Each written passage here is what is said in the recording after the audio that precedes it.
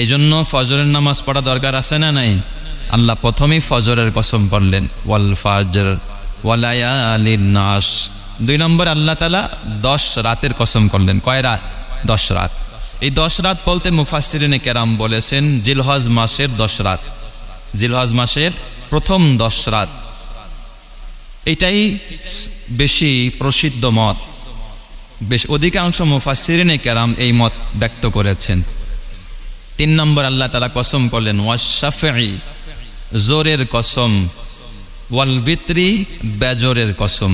আল্লাহ তাআলা জোর আর একটা হলো বেজর, জোর বেজরের কসম করেছেন। এখানে জোর বলতে ওয়াশ-শাফঈ মানে জোর রাত, তার মানে হলো আপনার জোর রাত বলতে কোরবানির দিন, ইয়াউমুন নাহার, অর্থাৎ ঈদুল আজহা যে 10 তারিখ, ঈদুল আজহা হয় কোন দিন? 10 তারিখ। ওই দিনটা অত্যন্ত দামি, তাৎপর্যপূর্ণ। ওই দিনের গুরুত্ব বুঝাইতে গিয়ে আল্লাহ তাআলা এই ওয়াশ-শাফঈ মানে হলো জোর রাতের কসম করেছেন। ওয়াল বাত্র মানে হলো বেজর রাতের কসম, তার মানে হলো আরাফার দিন 9 তারিখ। এই আরাফার দিন যেটা 9 তারিখ বেজর, ওইটাও অত্যন্ত গুরুত্বপূর্ণ দিন। ওই দিনের আল্লাহ তাআলা কসম করেন। কেউ কেউ বলছে না, জোর বলতে এখানে সকল সৃষ্টিকে বোঝানো হয়েছে, কারণ সকল সৃষ্টিকে আল্লাহ তাআলা জোড়া জোড়া করে বানাইছেন। ওয়া ফালাকনাকুম আজওয়াজা, আমি আল্লাহ তোমাদের সবাইকে জোড়া জোড়া বানাইছি, নারী পুরুষ, দিন রাত, ভালো মন্দ, ছোট বড়, আসমান জমিন, সবকিছুর মধ্যে জোড়া জোড়া আছে না নাই? ভালোর সাথে মন্দ আছে, আছে না? সাদার সাথে কি আছে? কালো আছে। প্রত্যেকটা মাখলুককে আল্লাহ তাআলা জোড়া জোড়া, নারী এবং পুরুষ, মানুষের মধ্যে যেমন জোড়া জোড়া, সব মাখলুককে আল্লাহ তাআলা কি করেছেন? জোড়া জোড়া সৃষ্টি করেছেন। এটাকে বলেছে জোরের কসম। আরেকটা হলো বেজরের কসম। বেজর শুধু একজনেই, তিনি কে? বলেন না, বেজর একজন, তিনি কে? আল্লাহর কোনো জোড়া আছে নাকি? তার কি নাই? কোনো স্ত্রীও নাই, তার সাথে কোনো কি নাই? সামঞ্জস্য কেউ নাই, সমকক্ষ কেউ নাই। ওয়াল বেত্র মানে এককের কসম, একজনের কসম। ওই একজনকে আল্লাহ। ওয়াশ-শাফঈ ওয়াল ওয়াতর ওয়াল লাইলি ইজা ইয়াসর, রাতের কসম। কোন রাত? রাত যখন অতিবাহিত হয়ে যায়। ইয়াসর মানে চলে যাওয়া রাত, তার মানে শেষ রাত, গভীর রাত, তাহাজ্জুদের সময় যেটাকে আমরা বলি, এই রাতের কসম করলেন। সূরাতুদ দুহার মধ্যে আল্লাহ তাআলা বলেন অদ-দুহা ওয়াল লাইলি ইজা সাজা, প্রভাতের কসম এবং রাতের কসম। কোন রাত? ইজা সাজা, যখন রাত্রটা গভীর হয়, নিকষ কালো অন্ধকার রাতের কসম, তার মানে গভীর রাতের কসম করছেন আল্লাহ তাআলা। তো এখানেও ওয়াল লাইলি ইজা ইয়াসর, রাত্র যখন অতিবাহিত হয়ে যায়, তার মানে ভোর হয়, তার মানে গভীর রাত হয়, যখন তাহাজ্জুদের টাইম, এই সময়ের কসম করেছেন। কারণ এই সময় আল্লাহ তাআলা প্রথম আসমানে এসে তার বান্দাদেরকে রহমত বিলানের জন্য, দয়া করার জন্য, আল্লাহ দেওয়ার জন্য রহমতের দুয়ার খুলে খুলে ডাকতে থাকেন। সুবহান। এই সময় যারা জাগ্রত হয় তাদের সাথে আর আল্লাহর সাথে সরাসরি দেখা পেয়ে যায়। সুবহানাল্লাহ। এরপর আল্লাহ তাআলা বলেন হাল ফি যালিকা কসামুল লিযি হিজর।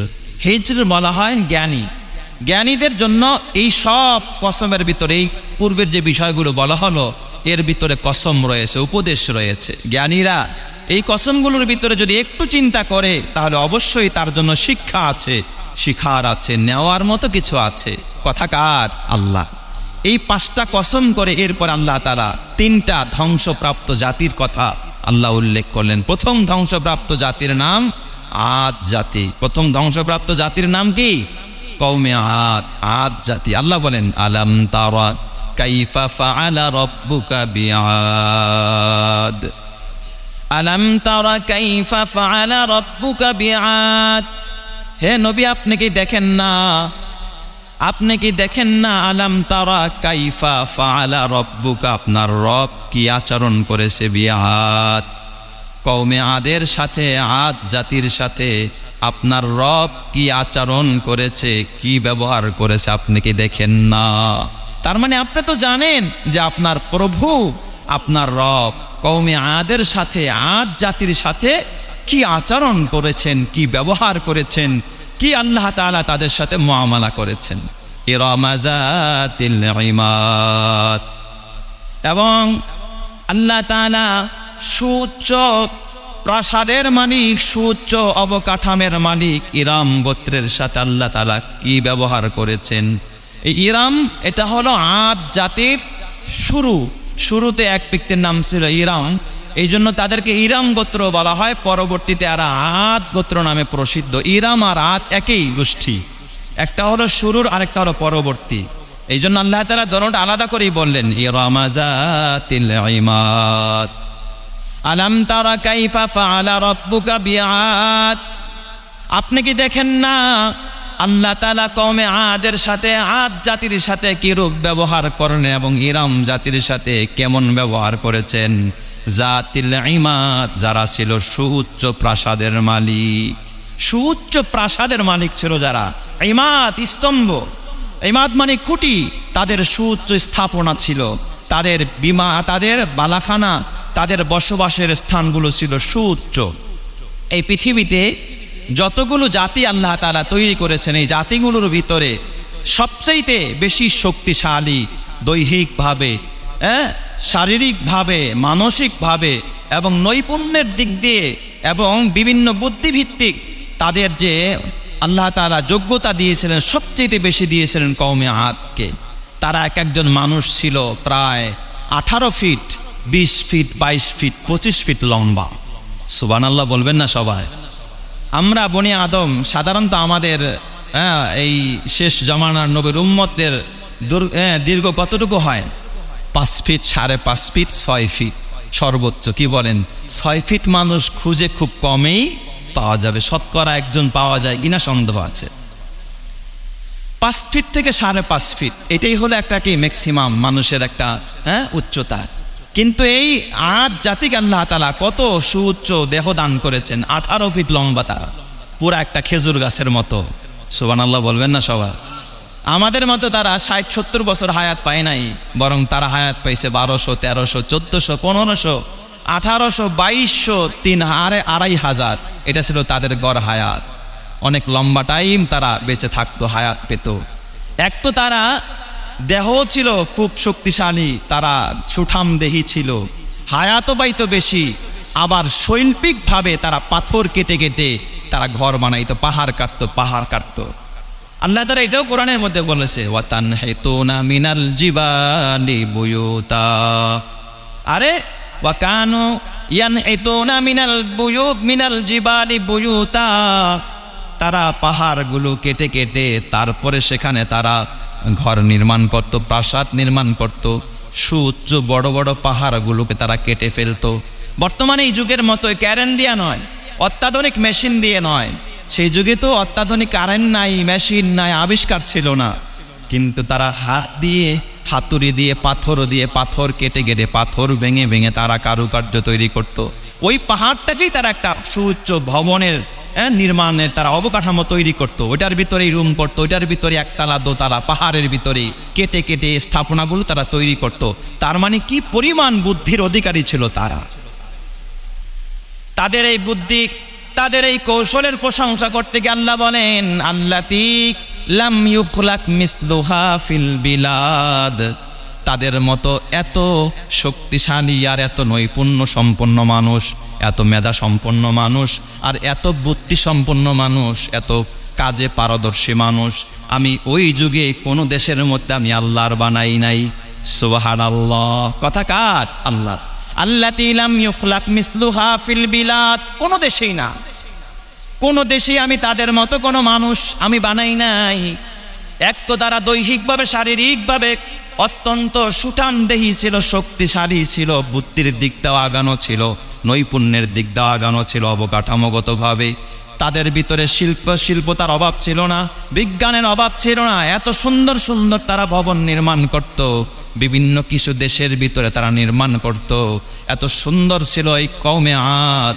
এই কওমে আদ জাতির কাছে আল্লাহ তাআলা একজন পয়গম্বর প্রেরণ করেছেন। ওই পয়গম্বরের নাম হযরতে হুদ আলাইহিস সালাম। নবীর নাম কি?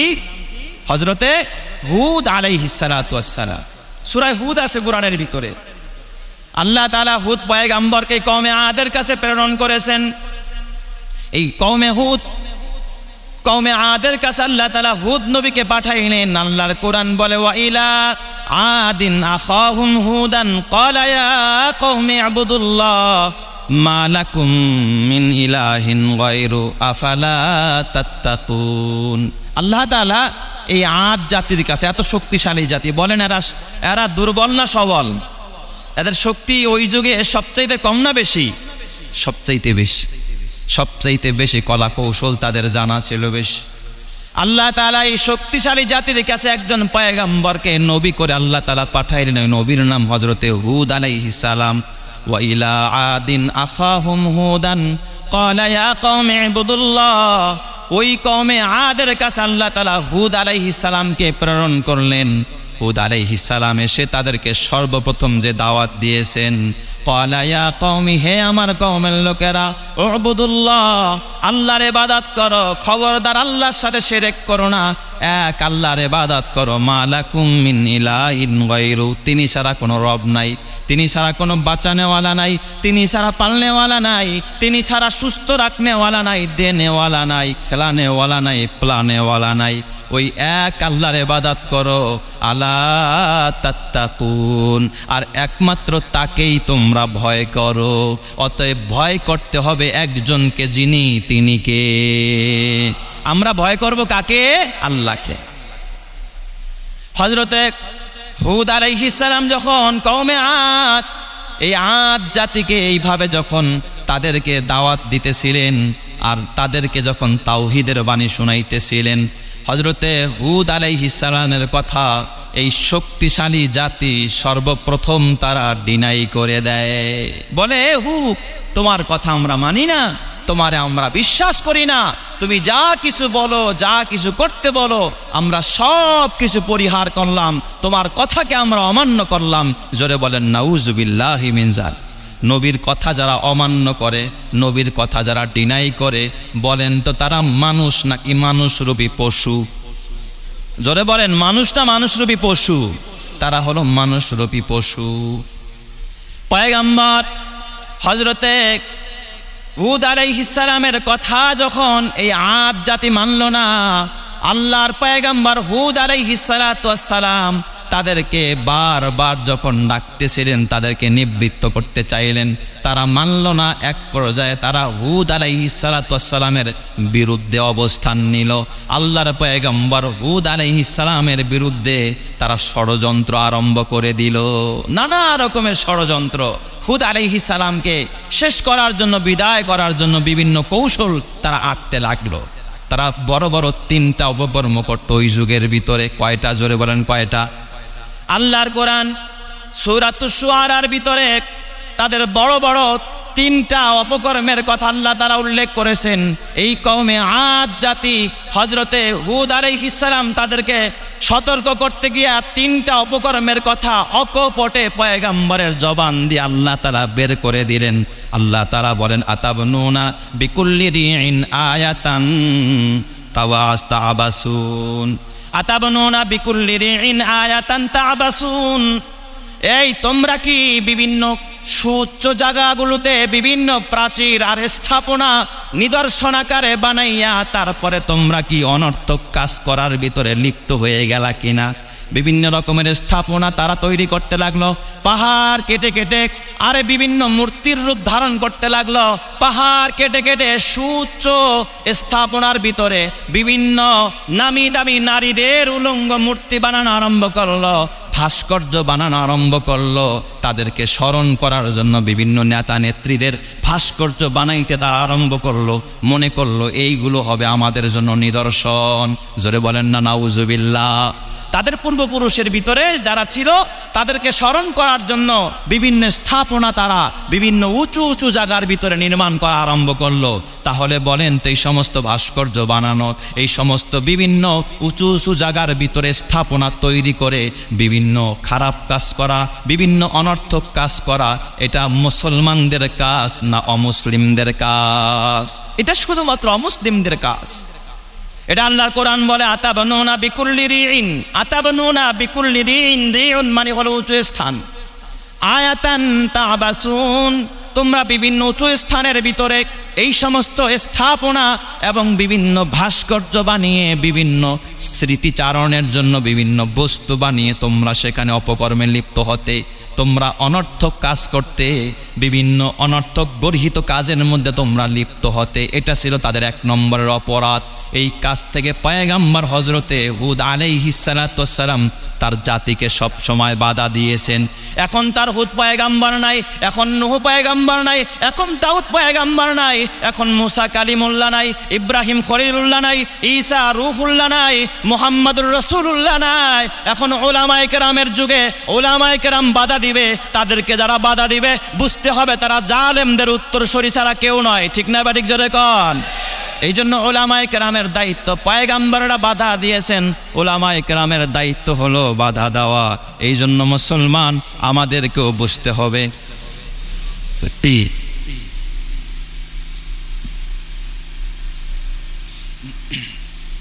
আমাদের বুঝতে হবে আমরা যারা মুসলমান আমরাও সব সময় গর্হিত কাজ যেখানেই দেখব সেখানে আমরা বাধা হয়ে দাঁড়াবো।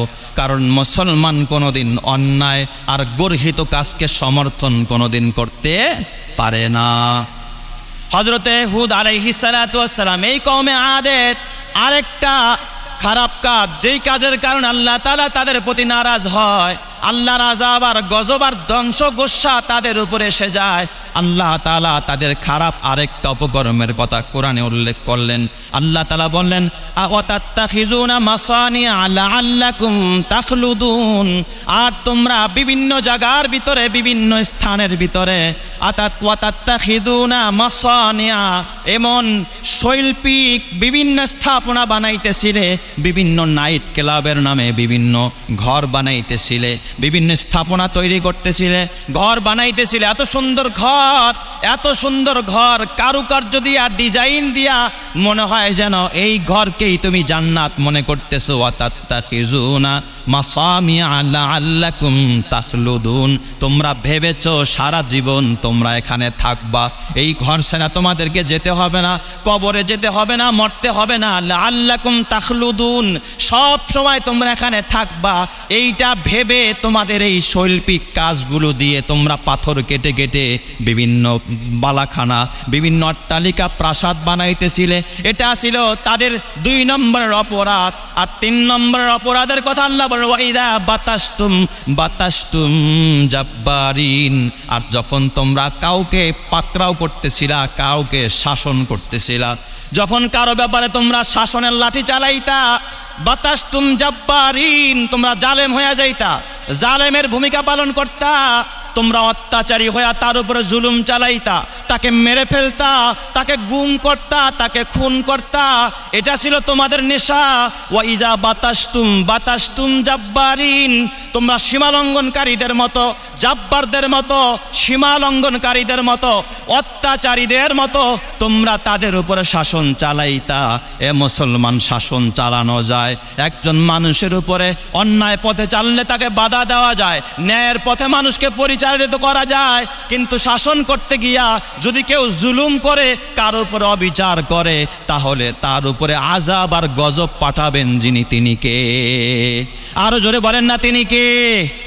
বড় দুঃখের সাথে বলতে হয়, বড় পরিতাপের সাথে বলতে হয়, একজন সাধারণ মানুষ, আপনারা দেখেছেন বর্তমান সামাজিক যোগাযোগ মাধ্যমে এই খবরটি সর্বত্র ছড়িয়েছে, ভাইরাল হয়ে গেছে। এ বাবা, তোফাজ্জল নামে একজন ভারসাম্যহীন বা পুরুষ, একজন ভারসাম্যহীন মানুষ ঢাকা বিশ্ববিদ্যালয়ের চত্বরে, ঢাকা বিশ্ববিদ্যালয়ের ছাত্রদের কিছু মোবাইল হারিয়ে গেছে। এই মোবাইল ফোন হারানোর পরে মোবাইল ফোন খুঁজে পাচ্ছিল না, কিছুক্ষণ পর এই তোফাজ্জল নামের একটা ছেলে, ভারসাম্যহীন, মানসিক ভারসাম্যহীন একটা ছেলে, ওই ঢাকা বিশ্ববিদ্যালয়ের ক্যাম্পাসের ভিতরে যখন প্রবেশ করেছে, ছাত্ররা মনে করেছে, তার অবকাঠামো, চেহারা সুরাত দেখে বুঝেছে, মনে হয় এই ছেলেটাই আমাদের মোবাইল চুরি করেছে। তাকে পাকড়াও করেছে, তাকে ধরে তারা হলের ভিতরে নিয়ে যায়। প্রাথমিক জিজ্ঞাসাবাদে সে তো এমনি ভারসাম্যহীন, যারা তাকে চিনে সবাই বলেছে, না, একে তোমরা মুয়াখাজা করো না, এই লোকটা ভারসাম্যহীন, মানসিক রোগী, মানসিকভাবে বিকারগ্রস্ত, ক্ষতিগ্রস্ত। এই ছেলেটাকে আর টর্চারিং করো না, একে ছেড়ে দাও। কিন্তু একদল যারা মানুষ নামের পশু, তারা নির্মমভাবে পৈশাচিক পদ্ধতিতে তার উপর আক্রমণ চালায়। এক সময় তাকে জিজ্ঞাসা করে, তুই এখানে কেন প্রবেশ করেছ? ছেলেটা বলে, পেটের দিকে তাকায়া বলে, ক্ষুধার কারণে আমি প্রবেশ করেছি। তার মানে ভারসাম্যহীন এই ছেলেটা। এই তোফাজ্জল ছিল একটা ভারসাম্যহীন ছেলে। কেনই বা ভারসাম্যহীন হলো? ওর কিছু গোপন তথ্য আপনাদের কাছে আমি বলবো। ইতি কথা, এই ছেলেটার বাড়ি হলো বরগুনার পাথরঘাটা এক কলেজের শিক্ষার্থী। ওই এলাকার এক চেয়ারম্যানের মেয়ের সাথে তার এক সম্পর্ক হয়, প্রেমের সম্পর্ক। কিন্তু বলেন তো, গরিবের পেটে কোনোদিন ভালো কিছু হজম হয় না। একটা কথা আছে, এই চেয়ারম্যানের মেয়ে সে পায় নাই, এখানে সে ব্যর্থ হয়েছে। ব্যর্থ হওয়ার কারণে ছেলেটা অনেকটা মানসিক বিকারগ্রস্ত হয়েছে। এরপরে কিছুদিন পরে তার মা আর বাবা মারা যায়। ভাগ্যের কি নির্মম পরিহাস! মা আর বাবা যখন ইন্তেকাল করে, তার এক ভাই ছিল, সে এসআই পদে সরকারি চাকরি করত। এই ভাইটা তার দায়িত্ব গ্রহণ করে। ভাইকে তখন একটা ডিগ্রি কলেজেও ভর্তি করে। এই ভাইটার চিকিৎসার খরচ তার ভাই এসআই যিনি, তিনি বহন করতেন। কিন্তু কিছুদিন পর ভাগ্যের কি নির্মম পরিহাস, ওই যে এসআই যে ভাইটা ছিল, সেও মারা যায়। বাবাও মারা গেল, প্রেমেও ব্যর্থ হলো, মাও মারা গেল। এরপরে যেই ভাই তার দেখাশোনা করতো, ওই ভাইটাও মারা গেল। এখন আর তার মাথায় ছায়া দেওয়ার মতো কেউ নাই। মানসিক ভারসাম্যহীন এই তোফাজ্জল বিভিন্ন জায়গায় ঘুরে ঘুরে বেড়াতো শুধুমাত্র এক মুঠো খাবারের জন্য। সেই ঢাকা বিশ্ববিদ্যালয়ের চত্বরে ছাত্ররা যখন একজনের সামনে স্বীকার করলো পেটে ক্ষুধা, তখন তাকে রেস্টুরেন্টে নিয়ে সেখানে নিয়ে তাকে খাবারও খাওয়াইছে মৃত্যুর আগে। এই আব্দুর রাজ্জাক, সে তোফাজ্জল নিজেও জানতো না যে এই খাবারটাই ছিল তার জীবনের শেষ খাবার। আপনারা দেখেছেন সে খাবারও গ্রহণ করেছে। খাবার খাওয়ার পর এরপরে যখন উত্তম মাধ্যম, আবার তাকে পিটানো হয়। বিভিন্ন ছেলেরা, ছাত্ররা যারা ভালো ছিল তারা বাধাও দিয়েছে, অনেকে বাধা দিয়েছে, না ছেলেটা ভারসাম্যহীন, তাকে আর মেরো না, আর পিটায়ও না। এক পর্যায়ে এমন নির্যাতন, জাহিরি যুগের মতো নির্যাতন, হাত পায়ের আঙ্গুলের উপরে লাঠি দিয়ে, জুতা দিয়ে পাড়িয়ে হাত পায়ের আঙ্গুলগুলো একেবারে থেতলে ফেলেছে। ছেলেটাকে ধুকে ধুকে আস্তে আস্তে জীবনটাকে শেষ করে দিয়েছে। আমি বলতে চাই, আমাদের বাংলাদেশের সর্বোচ্চ ইসলামী সর্বোচ্চ বিদ্যাপীঠ ঢাকা বিশ্ববিদ্যালয়ের মতো জায়গায় যদি একজন সাধারণ, ধরলাম মোবাইল চুরি হয়তোবা করেছে, একটা মোবাইল চুরির অপরাধে এইভাবে নির্মমভাবে একটা মানুষের কোনোদিন জীবন যেতে পারে না। ঠিক না বেঠিক? জোরে কর। কলমের খোঁচায় দেশের লক্ষ কোটি টাকা যারা দুর্নীতি করে, আত্মসাৎ করে, দেশের কোটি কোটি টাকা পাচার করে, দেশকে দেউলিয়া করে, তাদের বিচার হয় না। বিচার হয় জুতা চোর আর মোবাইল চোরদের। কথা ঠিক না বেঠিক? জোরে কর। এই জন্য আমি বলতে চাই, এই পৈশাচিক পদ্ধতিতে যারা তোফাজ্জলের উপরে এই আক্রমণ চালিয়ে ছেলেটার জীবনকে একেবারে বিপন্ন করে দিল, তদন্ত সাপেক্ষে তাদেরকে গ্রেফতার করে আইনের আওতায় এনে তাদের সর্বোচ্চ শাস্তির ব্যবস্থা করতে হবে। কথা ঠিক কিনা? এই জন্য আমার বাজান, যদি কেউ অন্যায় করে থাকে, আমাদের দেশে শাসন আছে, আইন আছে, মানুষ কেউ আইনের ঊর্ধ্বে নয়। কিন্তু নিজের হাতে আইন তুলে নেওয়া, এটাকে যেমন দেশীয় আইনে সমর্থন করে না, ইসলামও কোনোদিন সমর্থন করতে পারে না। এই জন্য আমার বাবা, এই কওমে আদের লোকেরা তারা নিজের হাতে শাসন তুলে নিত।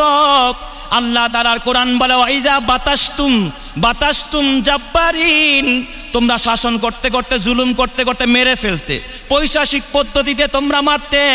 এক নম্বরে তোমরা ভাস্কর্য বানাতে, দুই নম্বরে তোমরা এত সুন্দর করে ঘর বাড়ি বানাতে, লাআল্লাকুম তাখলুদুন, মনে করতা সারা জীবন এখানে থাকবা, কোনোদিন আর মরবা না, কবরে তোমাদেরকে যেতে হবে না।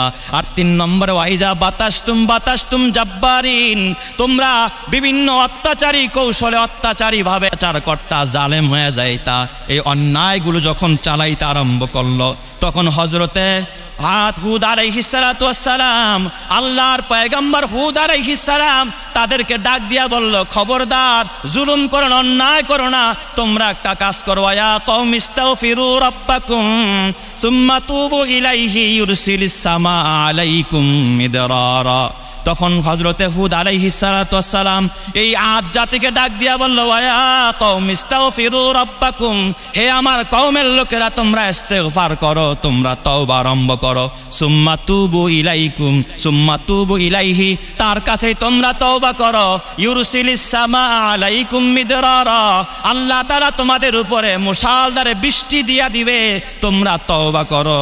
এরপরে আল্লাহর পয়গম্বর বললেন, ওয়ায়াজিদুকুম কুওয়াতান ইলা কুওয়াতিন, আল্লাহ তোমাদের শক্তিকে আরো বাড়ায়া দিবে, তোমাদের যে শক্তি সামর্থ্য আছে আল্লাহ আরো বাড়ায়া দিবে। কেউ যখন ন্যায় পথে চলে তওবা করে, তাদের শক্তি সামর্থ্য যিনি বাড়িয়ে দেন তিনি কে? আল্লাহ। কিন্তু পয়গম্বরের কথা তারা মানল না। যখন পয়গম্বরের কথা তারা মানে না, পয়গম্বরের বিরুদ্ধে যখন তারা অন্যায় অবিচার, পয়গম্বরের কথাকে যখন তারা বৃদ্ধাঙ্গুলি দেখিয়ে যখন পাশ কাটিয়ে চলে গেল, তখন আল্লাহ তাআলার পক্ষ থেকে ওয়াদা আসলো, ও আম্মা আদুন ফাউলিকু বিরিহিন সরসরিন আতিয়া, আল্লাহ তাআলা এই কওমে আদকে কিভাবে ধ্বংস করে, কিভাবে আল্লাহ তাআলা পাকড়াও করে। কওমে আদের ধ্বংসের ইতিহাস শুনলে আপনার লোম শিহরিয়ে উঠবে মুসলমান।